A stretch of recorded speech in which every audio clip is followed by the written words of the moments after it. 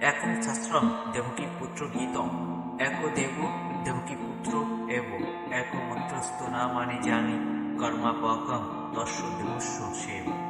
বর্তমান জগতে মানুষ আকুলভাবে আকাঙ্ক্ষা করছে একটি শাস্ত্রের, একক ভগবানের, একটি ধর্মের এবং একটি বৃত্তের।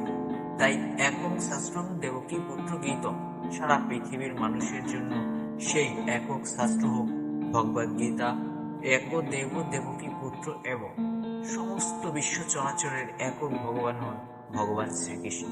এক মন্ত্রস্থ না মানি মন্ত্র, একক প্রার্থনা, একক স্তোত্র হোক তার নাম কীর্তন। হরে কৃষ্ণ কৃষ্ণ কৃষ্ণ হরে হরে, হরে রাম রাম রাম হরে হরে। এবং কর্মাপকম দর্শ দেবস্য সেবা, সমস্ত মানুষের একটি বৃত্ত হোক পরম পুরুষোত্তম ভগবান শ্রীকৃষ্ণের সেবা করা। হরে কৃষ্ণ, রাধে রাধে। আমার যেহেতু ভগবত গীতা, অবশ্যই দেখবেন এবং ভিডিওটি ভালো লাগলে অবশ্যই শেয়ার করবেন।